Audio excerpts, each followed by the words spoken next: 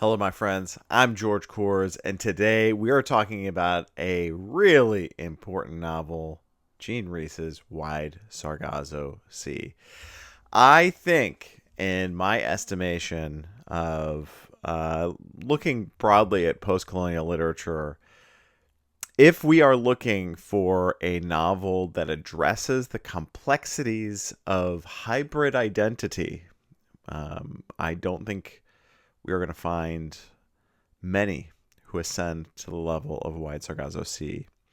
And what do I mean by hybrid identity? I mean being of multiple cultures, of that intersectionality thread where we're thinking about expressing cultural identity both as the oppressor and as the oppressed. We have a lot to talk about today. I'm excited for this one, folks. This is a super, super cool novel. If you like my videos and you want to support me, the best way to do so is to buy my fiction. You can buy my debut novel, Always the Wanderer. If you want to read a beautifully experimental anti-imperialist novel, look no further. But let's get into it. Let's talk about Jean Rhys here and Wide Sargasso Sea. This novel was written relatively late in Jean Rhys's life. Rhys had written several other novels before this and was a pretty well-known fiction writer and essayist before this. But this comes out towards the end of her life. I want to say like in the last 15, 20 years of Rhys's life. And I think it really ends up being very possibly one of the most important novels of the 20th century. And you folks know, I reject the idea of the Western canon, but I do think that there is sort of a cultural provenance, we might say, to some texts.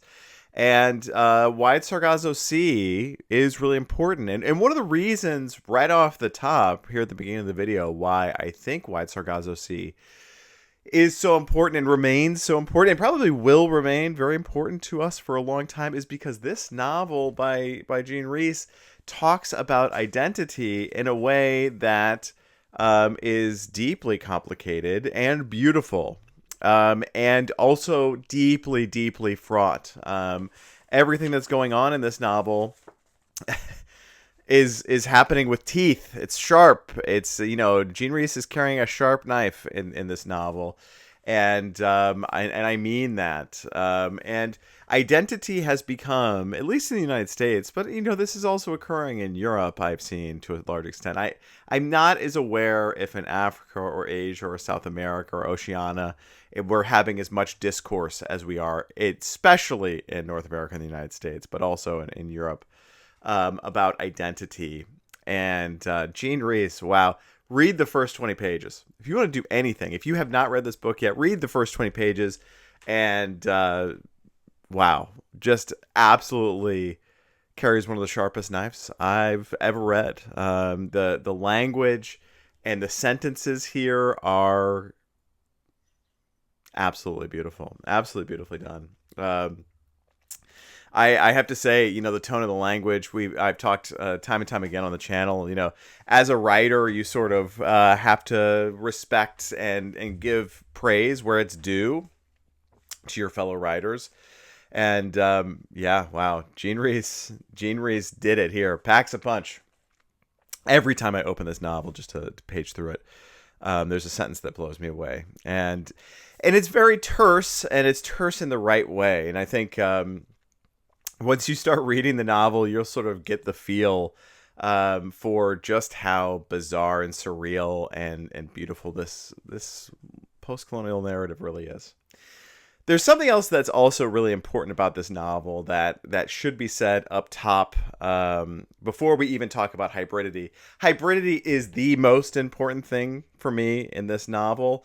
Cultural hybridity is the most important thing, and I think from a philosophical and theoretical standpoint, this is just a really, really brilliant way to begin thinking about cultural hybridity.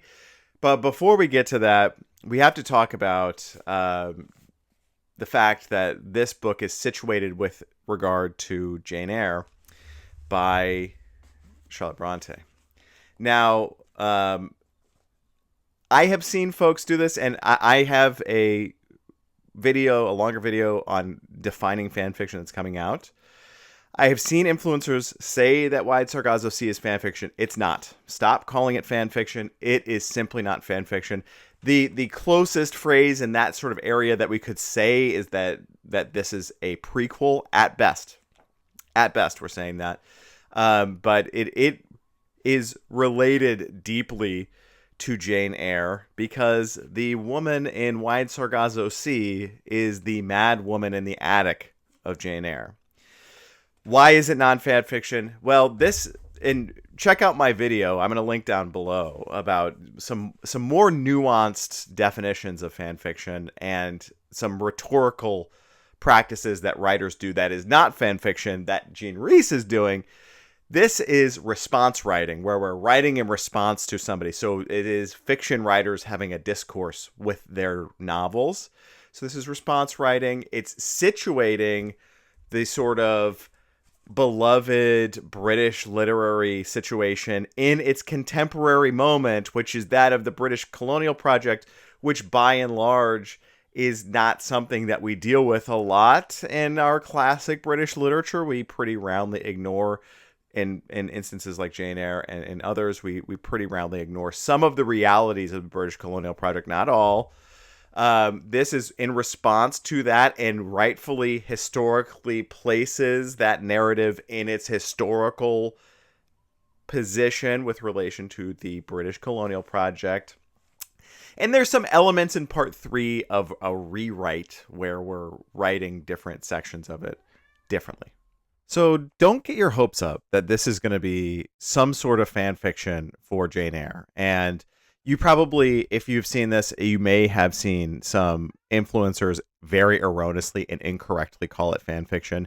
It doesn't mimic the style. It doesn't mimic the voice. It doesn't mimic the sentences. It is just using the situation to situate us in a beloved sort of known narrative, but everything else is completely separate. And please just keep that in mind. Don't go into this expecting fan fiction.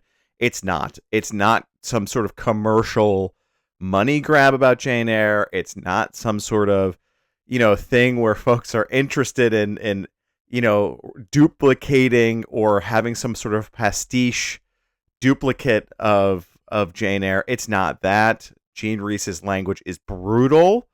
There is a lot of deeply brutal language, violent language in here, and this is a very, very serious work that is separate. And Jane Eyre is a fantastic novel. I love it. It's got so much going on. Itself is a serious and beautiful and transcendent novel, but they're so different. We're just relating to psychology here, and the psychology of the hybrid, the cultural hybrid. That's what's important here. So don't get into this thinking, wow, I can't wait to read this Jane Eyre fan fiction, because you're not going to read it. It just doesn't exist in these pages. Sorry. Now, if you are sort of a theory-minded person and you want to supplement this reading, you want to get deeper into Wide Sargasso Sea, I have a couple of recommendations, even before we talk about the narrative and the structure of the novel itself, that might really enhance your reading. And I think that these two theory recommendations I have will be very helpful for folks because they're approaching intersectionality and they're approaching cultural hybridity. The first that I'm going to recommend to folks, I've recommended this before on the channel, is The Location of Culture by Homi Bhabha. This, to me, is one of the best texts that I know of to begin immersing myself in the complex philosophical and academic discourse that relates to cultural hybridity. So if you are looking for something about culture and cultural hybrids, and maybe you're sort of experiencing that in your own life, and you want to sort of have a much more formal academic, entry point to that, Homi Bhabha's The Location of Culture is a great place to look. And it's it's helpful. It's very helpful for me. I don't share this a lot on the channel. I come from a mixed family. I'm white. I have a black brother. It's so complicated for me. Academic texts like this really help me sort of wrap my mind around existing and what it is to be our family. And maybe that can be helpful to you as well. The other book that I'm going to recommend here, that's a theory work, that I would recommend right off the bat, would be Borderlands or La Frontera, the New Mestiza by Gloria Anzaldúa. And Gloria Anzaldúa, this is just one of the most beautiful works of intersectional feminism that's out there. This text in and of itself is really unique and experimental and cool. This is a philosophical text, of course, um, but I love Anzaldúa ending it with poems at the end. Just so thoughtful and so brilliant. Just really, really brilliant stuff. Um, this work and the sort of mestiza consciousness that Anzaldúa is positing here, this kind of intersectional feminism work is really just not only beautiful but thoughtful and really important. And also for my U.S. Americans watching, I think this might be a really enlightening thing to think about. So those are some texts to situate ourselves at first in this thinking of the cultural hybrid here in Wide Sargasso Sea. Why is this important? Jean Rhys was a cultural hybrid herself. Jean Rhys had a Welsh father and a Creole mother. So we're seeing in her this cultural hybridity that she wants to explore. And there's a lot of intercultural exchange in this novel that's completely complicated and certainly merits multiple reads. It's also violent. And I think folks who come to this, ought to be prepared for sort of not only the violence of some of the acts that happen here, but also the violence in the rhetoric that happens in this novel, because it is really one of the things that Jean Rhys does so well to me and to my taste as a person who's part of my expertise is post-colonial studies, is her ability to very clearly articulate the violence of the British colonial project. We are here, obviously this is set in the 1830s, similar period to Jane Eyre, of course. And we are situated around a time that has just seen a major upheaval in the British colonial project. This is the Slavery Abolition Act of 1833, the emancipation of enslaved peoples throughout the British Empire. That is the space that we're in, is right after that. Okay? So we're seeing in Wide Sargasso Sea peoples being liberated from this forced labor all over the British Empire. And while this doesn't take place all over the British Empire, it does provide us with this view in the Caribbean, in Jamaica and other places, and then in the UK, of this really, really violent and consequential cultural interchange that's happening. Because what happens in 1833 with emancipation does not mean that the colonial powers are ceded. Does not mean that the British Empire said, okay, well, you know what, you can have your country now. You guys are free. You guys can self-govern. The British continue the colonial project even after emancipation. All right. And that, that itself continues this tradition of violence. And that's really important to understand here. And right off the bat, when, I think it's even page 1 that the Emancipation Act is mentioned. This is just so important, to background you're reading with, because that needs to get you into that mindset. We are in a very different headspace than we are with Jane Eyre. Okay, we're in a very different headspace there. The novel itself situates us in a way where we are having a discourse about the colonial project. We're thinking about it, and we're also thinking about what it means to be a person inside of that colonial project. So the cultural hybrid, our proverbial mad woman in the attic, she possesses this hybrid status. This hybrid status is that of a parent being descended from the oppressor, being British, and also of parentage locally. So that means that you have this duality. Where does this person belong? Do they belong to the colonial powers? Do they belong to the local powers? Do they belong to some other separate group? This is a really fraught discussion, and it's one that is happening and has been happening all over the world for eons, because when we see political powers and regimes exert their force, they do so through violence, and sometimes that means sending individuals to a place, occupying that place. Those individuals stay there or have kids there, and then their kids have kids there, and who gets to be in charge of what? We see this all the time in history. We're seeing it right now. If you're in the United States, you're probably part of this, right? This is a really complicated and difficult discussion for people to have. Because this notion of home, what is home, is so central to Wide Sargasso Sea. It's so important to it. And it really is undeniably a huge part of this narrative and all of our lives right now.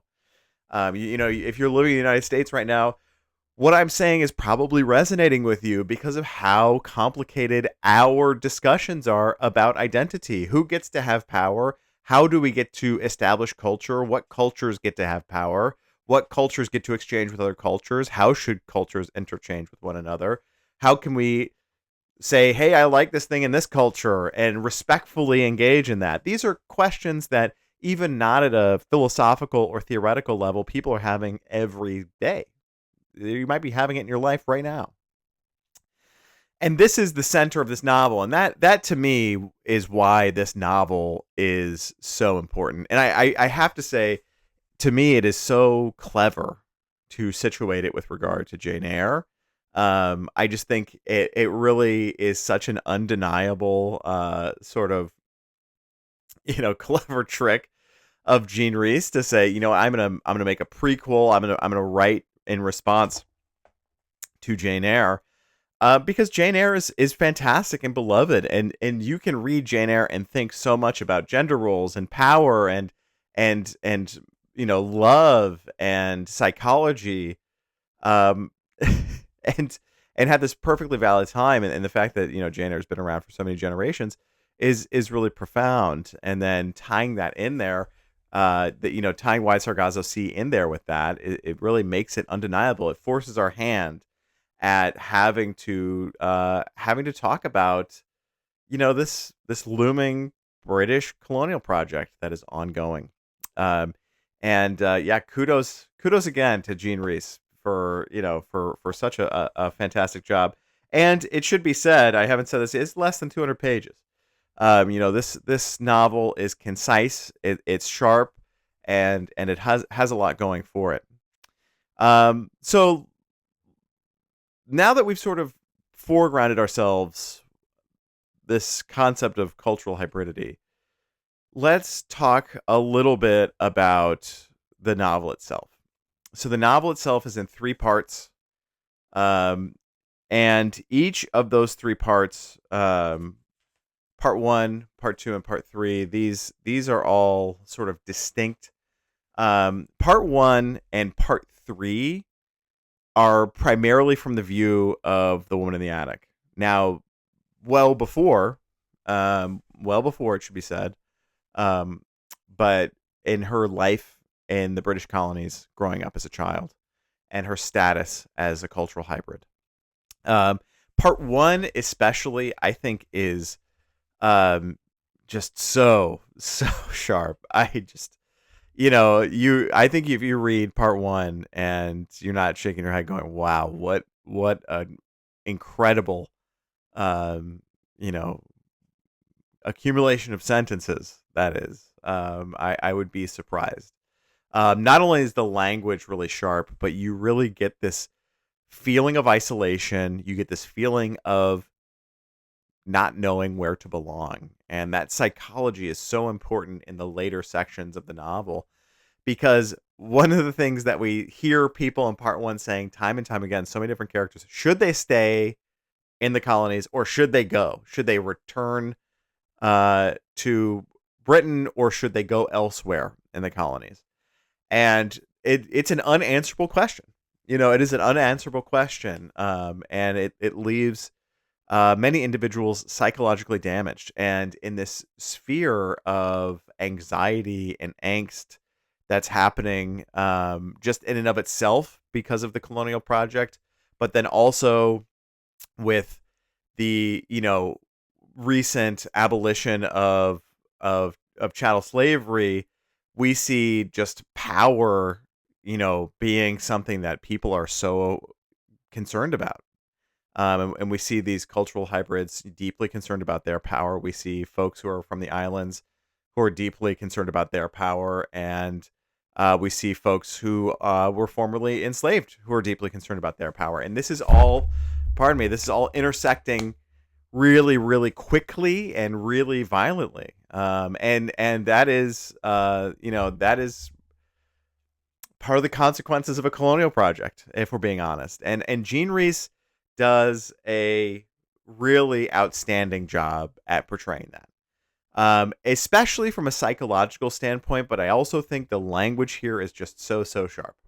I have to reiterate that time and time again. Every single time I open up this novel, I am impressed by the sentences.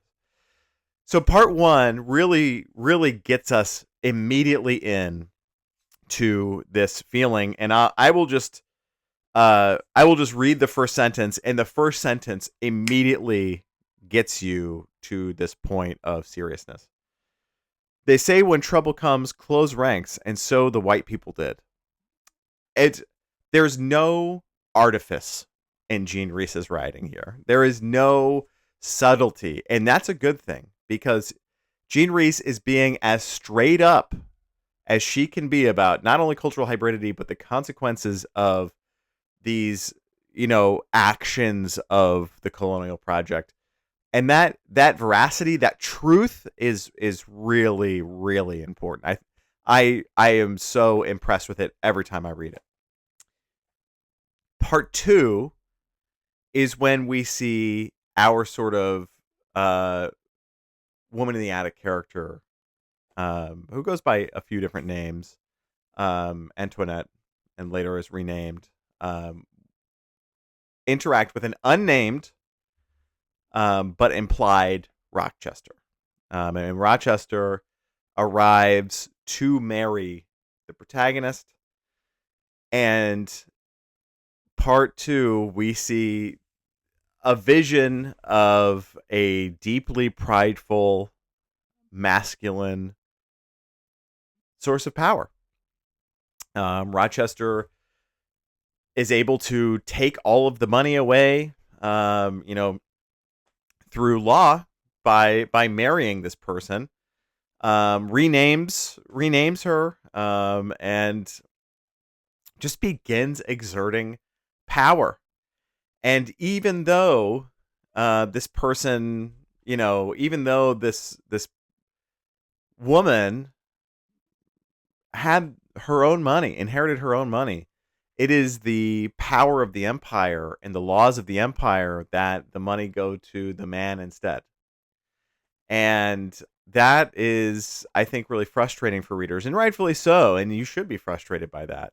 Should be said, Rochester's unnamed. A lot of this is unnamed and implied. And having this character go unnamed, I think means that even if you haven't read Jane Eyre, this is with 100% certainly the case, is you don't need to read Jane Eyre to read this novel. I think a lot of people come to it because they've heard of its connection to Jane Eyre, and I think they might be disappointed by what they find as a result, but that's okay. It's not for everybody.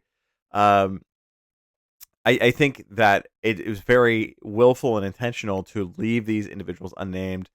And if you make this connection, you make this connection. If you don't, you don't. That's totally okay. The portrayal of this male character, though, the masculinity that is exerted here as a force of power to change a person's name without their consent, to move them from their home, to take away their money without their consent.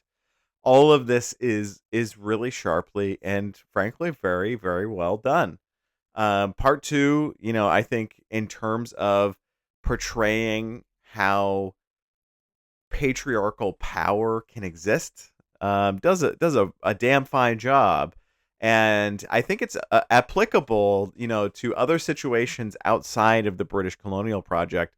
Although it has its most significant, um, let's say, consequences with that historical situation. But I think if you're interested, if you're reading out there and you want to read something that does portray uh, nefarious and prideful patriarchal power, really frankly, and without a lot of artifice, I think Wide Sargasso Sea Part 2 is there for you for that. Know your enemy, right? I mean, it's good to be familiar with these things. A book is a safe place for you to engage in this dangerous stuff and prepare for the real world. Part 3 returns back to our protagonist, who by now is being called Bertha. And this section has some echoes of rewrite, just faint echoes, as opposed to response writing, and that's because we see our mad woman in the attic is in the attic. She's in the room, and we sort of see that psychology, that misplaced psychology, the psychology of the misplaced, I should say, um, and everything that is going on there with that. Part 3 is really short, and I won't say much about it other than wow, not a sentence wasted. Every single line in Part 3 of Wide Sargasso Sea is every single word in that Part 3 is chosen so carefully with the utmost care. Again, writer to writer, game respects game. I have to take my hat off. Jane Rhys did it with Wide Sargasso Sea. And when it comes down to it, it is just a really powerful and fantastic work. And if you're looking, I think, like I said up top, if you're looking to explore these ideas of cultural hybridity more, I think this is a great place to start. If you're looking just generally to sort of look at the complexities of the British colonial project or post-colonial studies in general, which, post-colonial studies are pretty popular in the United States right now in a pop sense. Lots of people use the term colonizer, colonized, oppressor. These are terms that are, the sort of bread and butter of post-colonial theorists everywhere. If you want to get more into that, Wide Sargasso Sea is a really excellent place to do so. Let's talk about some recommendations I have, because this is a really powerful novel, and I brought some recommendations with me that I think also pack quite a punch. The first one is Absalom by William Faulkner. My copy is all beat up. I will say about Absalom by William Faulkner, there is, to my knowledge, not another U.S. American, I should say. There's not another U.S. American novel that has been written that accurately, I don't know if accurately is the word, that so frankly, because her language is so frank, that so frankly portrays the madness of white Confederate Southerners like Absalom.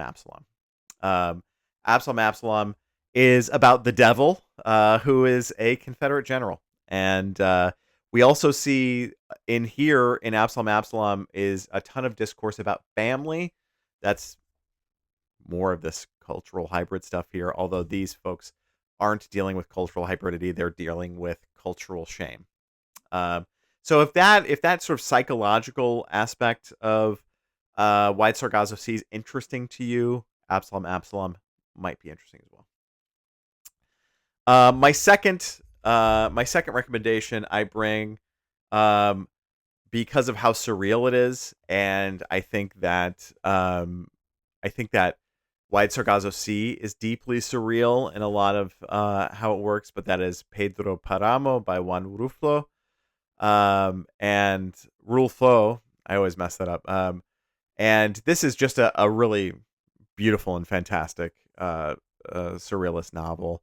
One of the just coolest novels that's out there in my opinion. And if you really took to the surreal psychology of Wide Sargasso Sea, I think Pedro Paramo might be a really excellent continuation in that surrealist tradition for you, and also just a really beautiful novel to begin with, and one that I'll be reading soon in Espanol as I'm trying to pivot away from reading Spanish books in English. My last fiction recommendation is one that I've recommended on the channel before, which is Season of Migration to the North by Tayeb Salih. Um, this particular edition was translated by Dennis Johnson Davies and translated from the Arabic quite well. Um, and Season of Migration to the North is um, another one of our really essential, really impactful post-colonial narratives that came out sort of contemporaneously at the same time as Wide Sargasso Sea, actually. Um, and this novel, it it does a similar level of expertise at portraying madness to Wide Sargasso Sea, in my opinion. And I think it's just really, really fantastically done. And Season of Migration in the North is another one of those novels that focuses in so sincerely on cultural hybridity that I think if you're really getting a lot of important stuff out of the Wide Sargasso Sea narrative in terms of the cultural hybrid, I think Season of Migration in the North should probably be your next read, just because of how intensely both of these novels talk about the cultural hybrid. Overall, Wide Sargasso Sea is a beloved and complex novel, and I think it's really important, right now, just in how, let me say, escalated the feelings are about talking about identity, especially in the United States, but also in Europe. And I think it's really, really important for us to ground ourselves in these readings of, stuff like Jean Rhys and Wide Sargasso Sea, because it really, I said know your enemy earlier, but it really does start allowing you to think through this really complicated situation that any person can find themselves in.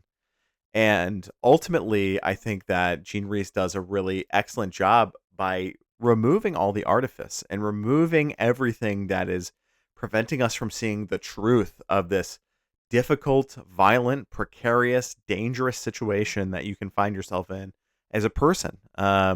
And it has to be said that it's just absolutely fantastically done, without a doubt. Is really, really excellently done. And I can't recommend this novel enough. You don't need to read Jane Eyre. If you've read Jane Eyre and you love it, you should, of course, read White Sargasso Sea, because everybody should read White Sargasso Sea, in my opinion. Um, is everybody going to read it? No, but of course, I really think, it is just one of those novels that is just really, really, it can give you the vocabulary to approach those complexities in your own life. And to me, that is one of those great things that a novel can do is leave you with questions that allow you to start talking about your own life, to start talking about your own culture and society and identity and sexuality and the gender roles that you experience in your everyday life. That is really, really fantastic. And Jean Rhys does just an absolutely tremendous job. A tremendous writer who was unafraid, was not afraid at all to write the narrative that she wrote in Wide Sargasso Sea. Really excellent stuff. Excellent stuff. I want to thank you for being here with me today, for continuing to read, for engaging in the novel as a cultural practice. Again, I said it up top, but I'll say it again. Please read my novel and buy it. The most important thing you can do for a writer is buy their work. If you like my videos, if you like anything that I do, please buy Always the Wanderer. It's the most important thing you can do to support me. If you want to find out more about me as who I am as a novelist and scholar and thinker in person, you can go to georgekors.com to find out more. You can follow me on socials that I may or may not use at GBK7288. I have primarily a presence on Instagram. I will not use X ever again. And I don't use TikTok anymore. So you can check me out pretty much on Instagram at GBK7288. And thank you so much again for being here with me today. I really appreciate it. I hope that your reading practice is going well. I hope that you're safe, and I hope that you have a great day. All right. Thank you so much. And adios, folks. See you later.